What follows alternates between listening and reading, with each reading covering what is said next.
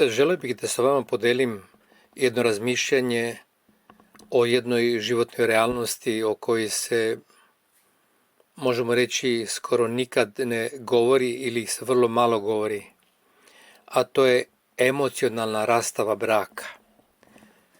Rastava nije jedini oblik prekida bračnih odnosa. Postoji brakovi koji se ne razvode, nego ostaju sačuvani, ali u stvari su mrtvi, bez života, bez odnosa.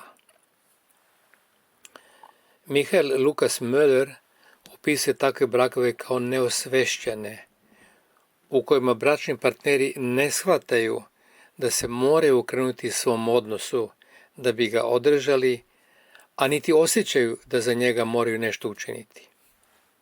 Oni ne znaju da ne znaju brinuti i održavati svoj odnos. Kada partneri postanu svesni poremećaja u odnosu, ne znaju šta trebaju učiniti da ga poprave. Nemaju uzora niti predstavu kako bi mogao izgledati dobar odnos. Posljedica je odsustvo odnosa u odnosu.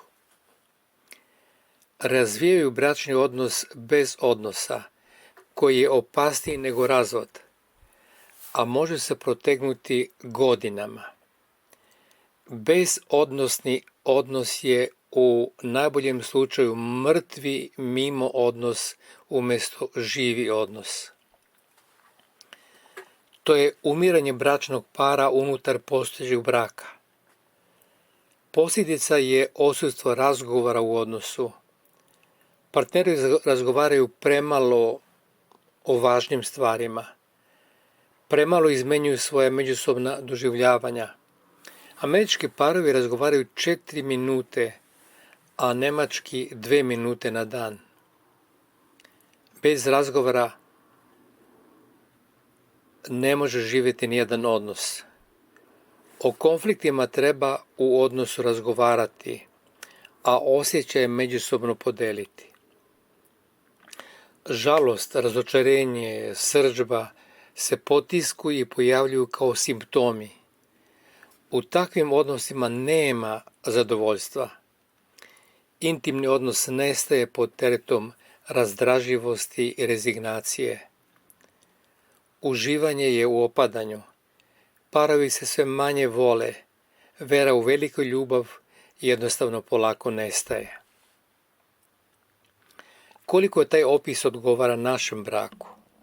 Koliko minuta dnevno razgovaramo s našim bračnim partnerom o važnim stvarima i problemima našeg braka, ne samo o bankovnim računima, o kupovanju novog auta, o popravcima u vikendici i sl., nego i onome što se događa među nama u najintimnijim trenucima, kako se stvarno osjećamo u sebi, šta doživljavamo u bračnom krevetu, jesmo li već davno iznutra de facto razvedeni. Malo razmišljamo da postoje 2 razvoda braka. Prvi onaj formalni pred sudom sa urednim papirima, a drugi je unutarnje emocionalne odnosne naravi, kojega ne izgovaramo pred drugima niti pred bračnim partnerom, a često niti sami sebi.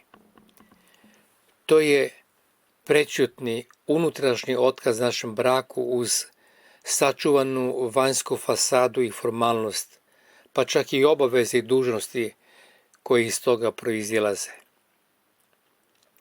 To je brak za decu i susete, žrtvovan roditeljstvu i obitelji, ali bez stvarne unutrašnje veze i smisla, bez duha i duše. Takav se mrtvi brak onda održava trećim ili trećom, izvana ili rutinom, navikama, linijom manjeg otpora i komoditetom iznutra. Kao bračni drugovi, odgovorni smo da ne dopustimo da dođe do emocionalne rastave. Želim svakome od vas koji čujete i koji pratite ovo izlaganje da razmislite o sebi i o svom braku i da pokušate stvoriti duboku emocionalnu vezu koja će sačuvati lepotu i smisao kao i svrhu postojanja vaše bračne zajednice. Želim vam puno uspeha u tome.